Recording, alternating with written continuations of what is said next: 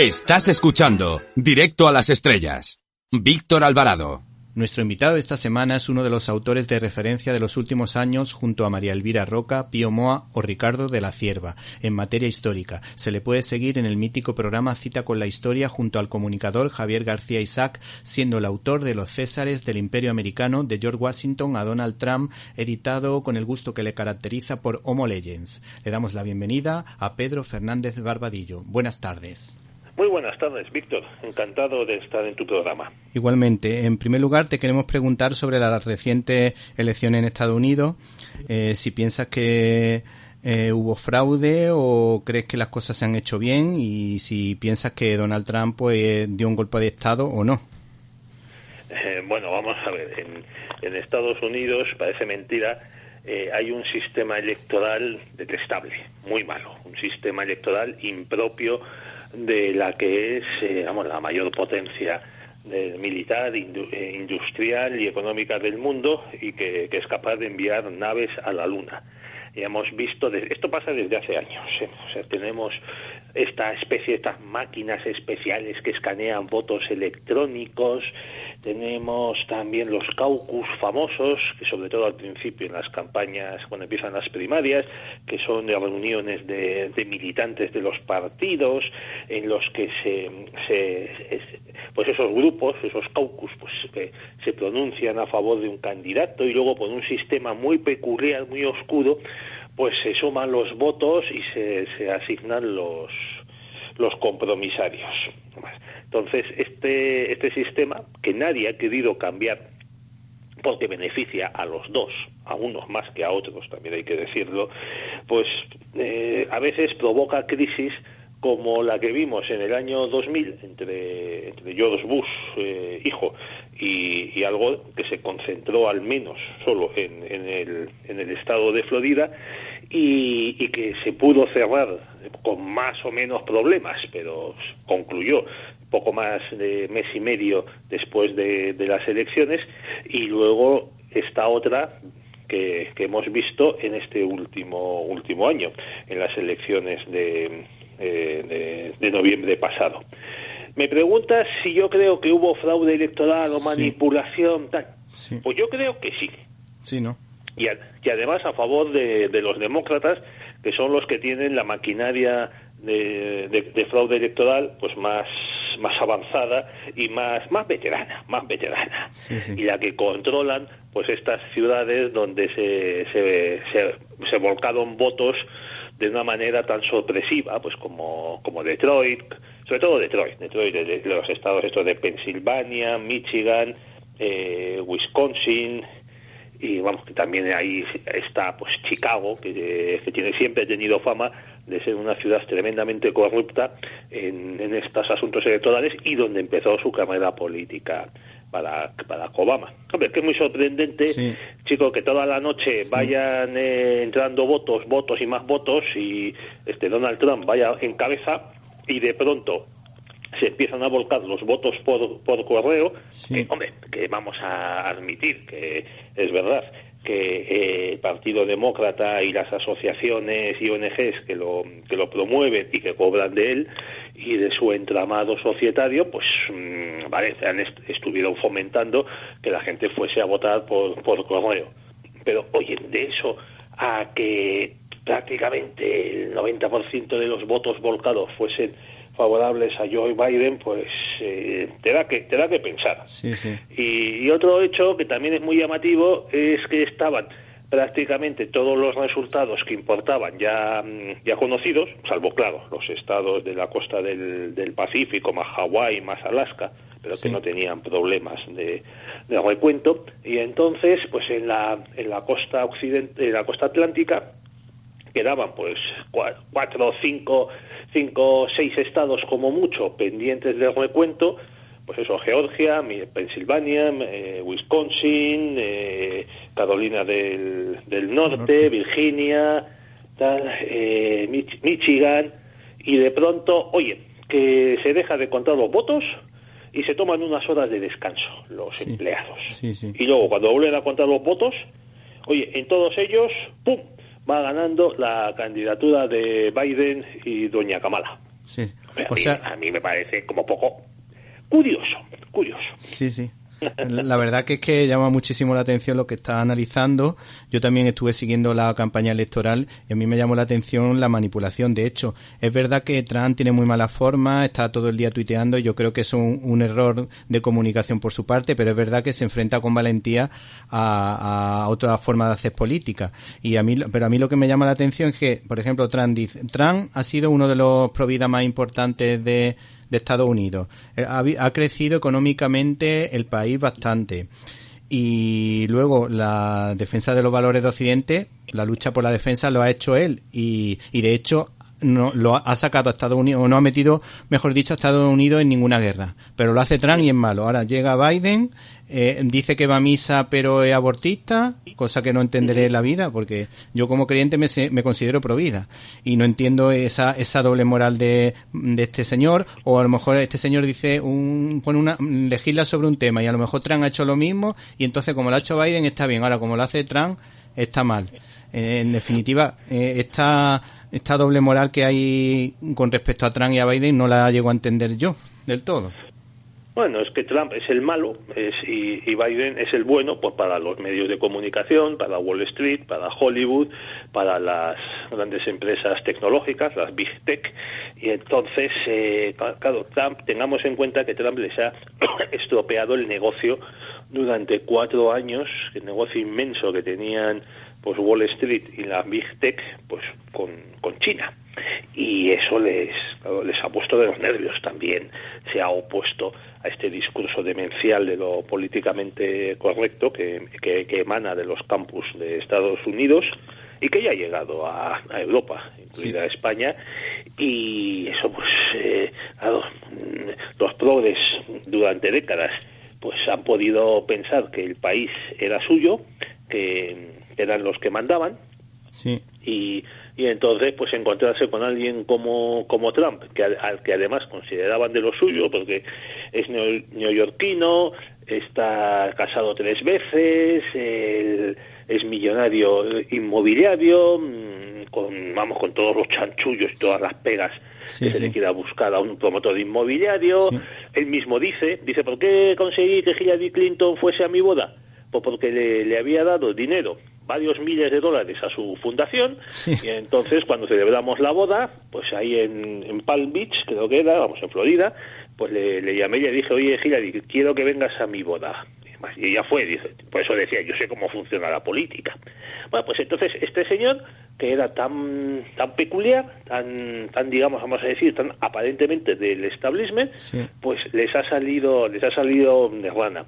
Sí. Hay un libro muy entretenido que yo aconsejo a nuestros oyentes, el de Blanco, se titula, así sin más, Blanco, sí, de Bret Easton Ellis, que es un novelista norteamericano, pues que ya tiene unos 50 años, que se hizo muy famoso por American Psycho, que esa novela que luego hicieron una película. Y él cuenta que él vive en California y cuenta que estaba una vez con 2 amigos progres de Nueva York cenando en California. Y entonces le estaban explicando lo odioso que era Trump, las conspiraciones de la CIA para derrocar a Trump, que tenían un vídeo de Trump recibiendo dinero, estando con agentes de Putin, todo ese tipo de cosas. Y al final se decía, bueno, pues que Trump ha ganado las elecciones, por mucho que os moleste. Entonces, saltaron y decía, pues no, es mentira, hay que suprimir el colegio electoral, tal. Y uno de ellos dijo, pues sí señor, somos de la costa este, somos unos progres de Nueva York, súper civilizados y súper tal, y estoy orgulloso de ello. Y solo nosotros deberíamos poder elegir al presidente, no los paletos que viven en el resto del país. Entonces, claro, se trata también de un asunto, yo creo que es muy importante, un asunto de clase. O sea, hay una clase social, la upper class, que son pues estos los de Silicon Valley, los que trabajan en Wall Street, en Hollywood, en los medios de comunicación, los super mega archimillonarios, pues por ejemplo el hijo de Biden, Hunter Biden, pues es un parásito que ha vivido siempre de los contratos, de los negocietes de su papá, a la sombra de la política, que esta es otra, porque el camarada Joe Biden, pues con 30 y pocos años, 31, 32, 33 años, ya era senador, y de senador pasa a vicepresidente, 4 años de vacaciones, y después presidente hasta que decidan quitarlo de encima. Entonces, pues, claro, pues a todos estos Trump les ha estropeado los negocios y también ha supuesto que ha puesto en duda el discurso dominante. Sí. Por eso de ahí viene ese odio feroz que le tiene. A mí hay una cosilla que también me llama la atención, como en la capital de Estados Unidos, Washington DC, el 80% de la población vota demócrata. No entiendo el por qué, porque por lógica, si en el resto del país no se vota de esa manera, ¿por qué hay ese porcentaje tan altísimo de voto demócrata? Bueno, permíteme que te corrija, Víctor. Sí. En estas elecciones, solo el 5% de los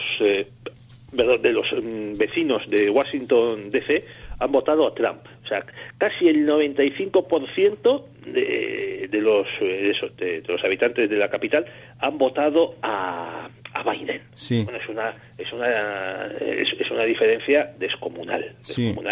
Mira, muchas veces se dice que, sobre todo por parte de estos progres, que por qué dependemos en el proceso de primarias de lo que decidan New Hampshire y Iowa, en esos caucus de los que hemos hablado al principio, que son estados muy pequeños, que con muy poca población, que la gran parte de la población es blanca, anglosajona, protestante, que hay muy poca diversidad, que es uno de los mantras modernos, que hay pocos negros, pocos hispanos, tal. Y dicen, bueno, pero es que de todas maneras estos dos estados, New Hampshire y Iowa, aciertan mucho más de lo que acierta Washington DC. O sea, de las primarias, los que ganan las primarias en estos estados suelen ser luego convalidados en las siguientes elecciones. Bueno, este proceso tan complicado, pero bueno, que los candidatos de los partidos suelen ganar, los que son elegidos luego por la mayoría del partido, ya a su vez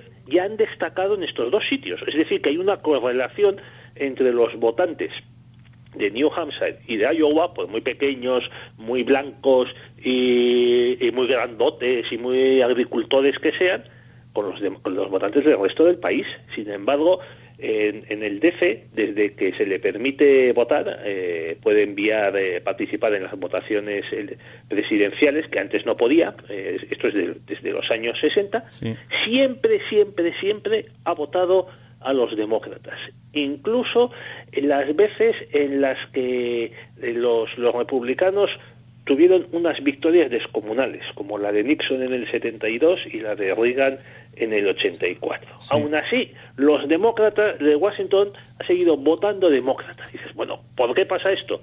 Bueno, pues porque en Washington hay muchísimo político, sobre todo también hay muchísimo lobista, muchísimo empleado de estas consultoras y de estas empresas que se dedican al cabildeo y al tejemaneje con los senadores, los congresistas, los funcionarios de la administración. Claro, para estos, Donald Trump, estos lo que quieren es cada vez más Estado, lo que les opone al discurso, vamos a decir, del general de los republicanos. Claro, es que Donald Trump les recortó muchísimo el poder. Claro, redujo mucho el poder de la administración. Lo mismo con los periodistas. Yo una de las cosas que le agradezco a Trump es que ha hundido completamente el mal ganado prestigio que le quedaba a los medios de comunicación, a Time, a la CNN, a Newsweek, y claro, pues los periodistas que viven en Washington, como los que viven en Nueva York o en Los Ángeles, pues a Trump le detestan por eso, porque no les hace caso, les discute, se ríe de ellos, les burlaba. Mira, otra diferencia que hay entre Trump y Biden: Trump daba conferencias de prensa constantes, por lo menos una a la semana, admitía todo tipo de preguntas, se enzarzaba en discusiones con los periodistas, les replicaba, tal. En cambio, Biden no ha hecho estas comparecencias ante la prensa, salvo una o dos, y todo con preguntitas más o menos amañadas. igual que pasaba con Obama, ¿eh? Y Obama también expulsó a periodistas de sus ruedas de prensa, a los de por ejemplo, a los de la Fox durante unos meses. Curiosamente, hace unos años me tocó hacer una crítica sobre una película del Barack Obama de su inicio, y la verdad que si sabes que es Obama, sin saber, si tú piensas que no es Obama, que otra persona, dice qué vida más chula, qué tío más guay, qué persona con más profundidad, qué valores tiene, qué fe más sincera, pero claro, es el típico lavado de cara que se suele hacer con el Partido Demócrata. Además, curiosamente, hace unos meses escuché a un experto en Kennedy que decía que precisamente en la Casa Blanca, en la entrada, donde está la entrada a la Casa Blanca, pues allí hay un libro donde tienen que firmar todas las personas que van entrando y saliendo, y en el que se contaba que no solo Kennedy tenía varias amantes aparte de Marilyn Monroe, sino que su mujer Jackie Kennedy también daba paso a muchos señores. Eso normalmente no se cuenta, pero por lo visto está reflejado en esa lista de firmas, y podemos saber y podemos adivinar quiénes fueron los actores que iban a visitar a esta señora. Pues no me sorprendería nada, como cuentas, Víctor, porque, hombre, Jackie Kennedy pues era una mujer guapísima, muy elegante, y claro que sabía que su maridito pues le engañaba con otras mujeres también despampanantes, como la famosa Marilyn. También estuvo antes de ser presidente y senador, también estuvo tonteando con una mujer en Washington que tenía vínculos a través de otro de sus amantes, pues con la embajada soviética. Sí. Y eso lo supo Hoover, el del FBI. Bueno, también otro Johnson, su sucesor, también tenía fama de mujeriego. Una vez le preguntaron a su mujer, que se la apodaban Lady Bird, que bueno, usted sabía que su marido y tal, no sé qué, usted no le importaba. Ay, mi marido tenía mucho amor para dar, y la mitad de los seres del mundo son mujeres, así que ¿qué iba a hacer yo? Dices, bueno, estos son los modelos que nos ponen los progres, sí, de mujeres comprometidas y concienciadas. Bueno, o doña Hillary Clinton, que llegó a decir que todo lo que se decía de su marido, lo que hacía en el despacho Oval, pues que era una conspiración de extrema derecha. Sí, ¿sabes? Sí. Pues bueno, eso cambió a la pobre Melania Trump, que es la primera dama más elegante que ha tenido Estados Unidos desde Jackie Kennedy, sí, sí. Y yo creo que más guapa que ella. Pues claro, ha sido despreciada, ha sido ninguneada, no se le ha dedicado ninguna portada por parte de esto de Vogue, de Time, cuando a Michelle Obama pues prácticamente salía a portada por año, de los 8 que estuvo su marido en la Casa Blanca. Y con respecto al New Deal, te queríamos preguntar sobre el presidente Franklin Delano Roosevelt, que en teoría fomentó una serie de valores que tuvieron mucho eco en el cine, con muchas y buenas películas como las de Victor Fleming, Frank Capra, Leo Macari o John Ford, que todos eran directores católicos de muchísimo nivel. Y me gustaría saber cuál es tu opinión sobre este presidente, que por lo menos yo tengo la impresión de que dentro del Partido Demócrata fue de lo mejor, aunque a lo mejor, por lo menos comparándolo con los que yo veo ahora, la verdad, con Obama, Jimmy Carter o, por ejemplo, Clinton o el que está ahora mismo gobernando. Pues, hombre, Roosevelt, pues vamos a ver, era un señorito de muy buena familia, de estos que los Roosevelt, que ya hubo otro presidente de la misma familia, de estos que si me dices que si no hubiesen querido trabajar, pues no habrían tenido ningún problema porque tenían dinero para aburrir, y su matrimonio con Eleanor pues también le hizo todavía a él más rico. Ya te digo, era un señorito, sin embargo, supo convertirse en el portavoz de los humildes y en la persona que fue capaz de mantener unido el país durante la Gran Depresión. Era un déspota, era un inculto total. O sea, vamos, hay testimonios de que en los años 30, para mantener el precio del oro, porque entonces el dólar y casi todas las monedas se podían canjear por oro, pues para mantener el precio del oro en una ecuación conveniente, pues que lo decidía sentado en la cama, porque ya sabes que tenía poliomielitis, había padecido poliomielitis, lo decidía sentado en la cama con alguno de sus consejeros, y una vez dijo, pues vamos a poner este número porque dicen que para los chinos, o no sé para quién, pues que es buena suerte, o que eso, pues que este número tenga 2 cifras repetidas porque es signo de buena suerte, jiji, jaja. O sea, el tío era así, el tío también... era una persona muy muy ambiciosa, porque oye, se hizo elegir 4 veces. 4 veces, sí. 4 veces. Después de él, claro, el Congreso de Estados Unidos aprobó esa enmienda para prohibir más de una reelección. Y también era, con Stalin fue el típico tonto útil para los comunistas, porque creía que Stalin que él podía convencer a Stalin para que se democratizase. La camarilla de Roosevelt pues se consideraban ellos más cercanos a la Unión Soviética, a los bolcheviques, fíjate qué cosas, que a los británicos, pese a todas las películas que te muestran lo contrario, que Churchill y Roosevelt se llevaban muy bien. No, porque estos demócratas, esta camarilla así muy progre, pero claro, progre de Estados Unidos, sin llegar a lo que es hoy día, pues consideraban que los bolcheviques, pues claro, provenían de un país antiguo que se había liberado de la esclavitud de los zares, y entonces pues estaban en un proceso de evolución hacia una democracia. Intentaban buscar paralelismos con lo que había sido, como lo llaman ellos, la Revolución Americana. Ellos no hablan de guerras de independencia, ellos muchas veces, sobre todo antes, hablaban de la Revolución Americana.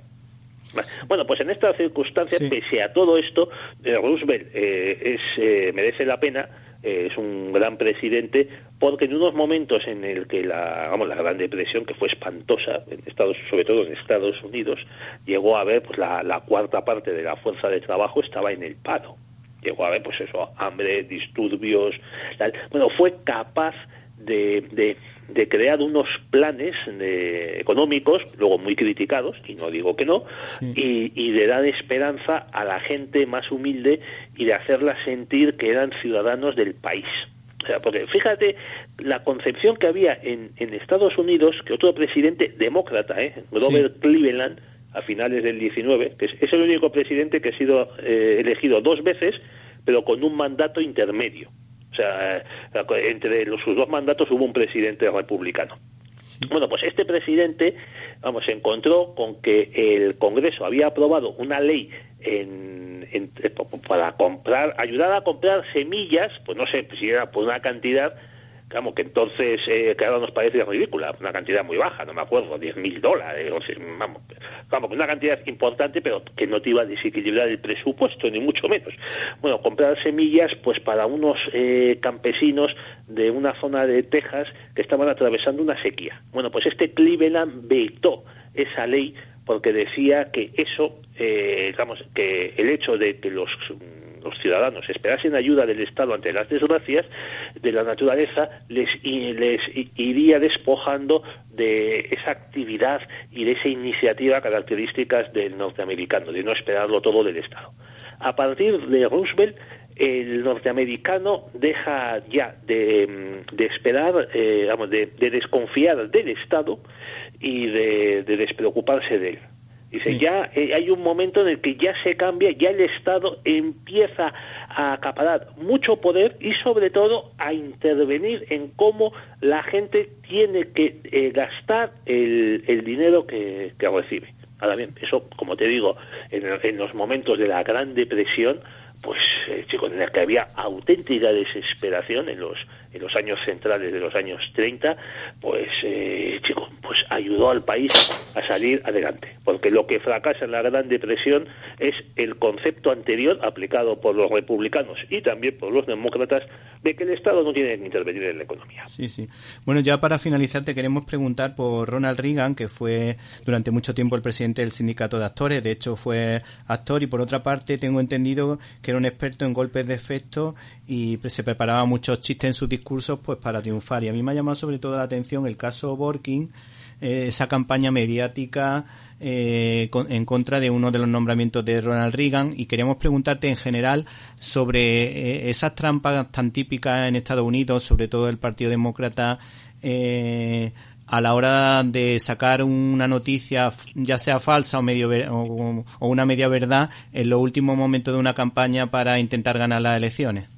Bueno, eso se llama las sorpresas de octubre.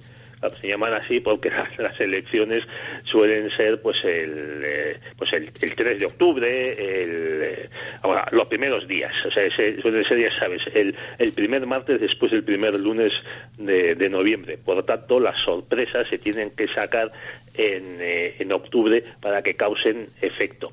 Bueno, las ha habido de todo tipo, desde incluso hubo una muy lamentable sacada por un demócrata de que el candidato republicano tenía antepasados negros.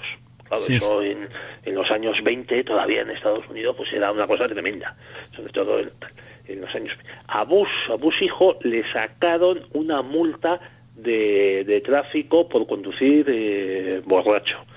Y de estas hay, vamos, yo creo que las últimas que recordamos nosotros fueron las de 2016, cuando a Donald Trump le sacaron ese vídeo que alguien había guardado durante años, sí. en las que decía a otros señores que, oye, si eres famoso, les puedes tocar a una mujer donde sea y tal, no sé qué, porque no, casi se te echan encima y a ellas no les importa. Sí. Bueno, ese es el tipo de trapos sucios. Bueno, contra Lincoln hubo una campaña feroz también, fíjate, sí. La reelección en 1864, que le acusaron a Lincoln incluso de cobrar su sueldo de presidente en oro y no en papel moneda. Porque claro, entonces con la guerra pues la inflación era enorme, sí. Y los soldados cobraban en papel moneda, que claro se devaluaba, mientras que el presidente, según esta campaña de unos periódicos demócratas, cobraba en oro para no devaluarse el salario. Bueno, tremendo. Me preguntabas también por Reagan. Sí. Hombre, Reagan ha sido el único presidente sindicalista, como decía, presidente del sindicato de actores, y el que ha tenido el trabajo más peculiar. Mira, de Reagan se dice que, y es verdad, nos acordamos quienes le conocimos su presidencia ya mayorcitos, pues claro, y vimos lo que fue Carter, la caída de Nixon, la retirada de Vietnam.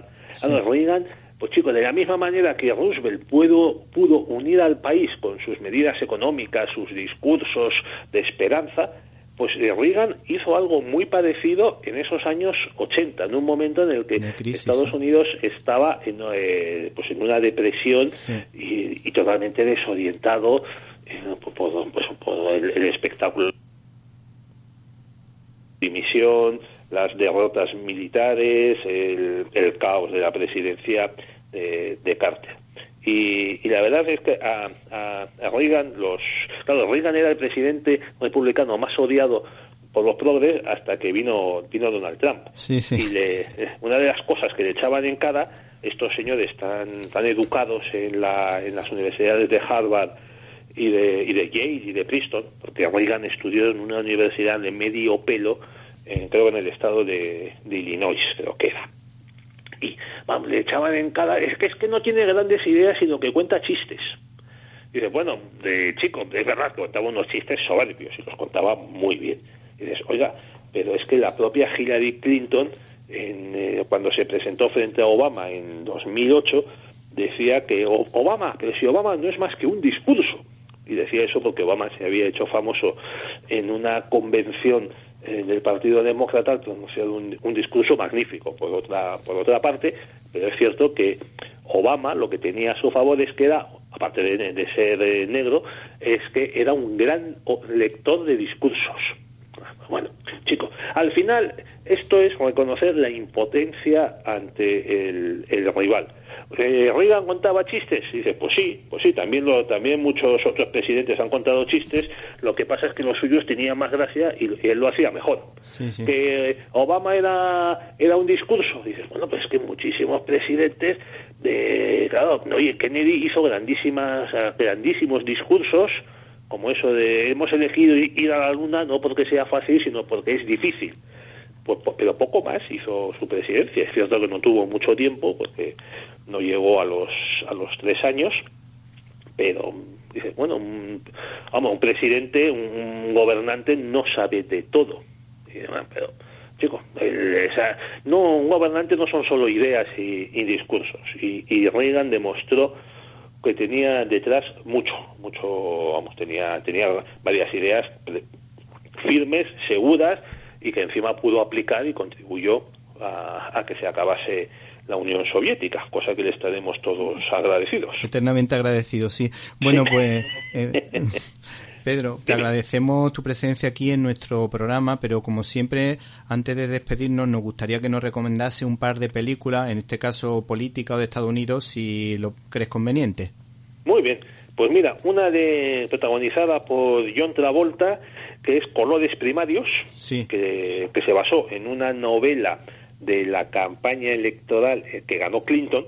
Es una parodia de Bill Clinton, escrita, hubo un revuelo en Estados Unidos porque la novela se publicó de forma anónima. El autor no quiso poner su nombre y bueno, más tarde sí se reveló quién era. Y entonces esta novela cuenta muy bien cómo son las primarias, cómo compiten distintos candidatos, van eliminándose, cómo dependen de las encuestas, de los periodistas, y también describe muy bien el interior del Partido Demócrata, porque sí, el Partido Demócrata, sobre todo desde los años 70, después de la segunda derrota ante Nixon, el Partido Demócrata lo acaban copando estos grupos de enfadados, pues de feministas, pijos universitarios que quieren hacer la revolución marxista, minorías y demás. Y ahí está muy bien descrito cómo es el partido Demócrata. Sí. Como digo, hay una película de Travolta que también hay, la característica del Partido Demócrata, sí, está muy bien descrita.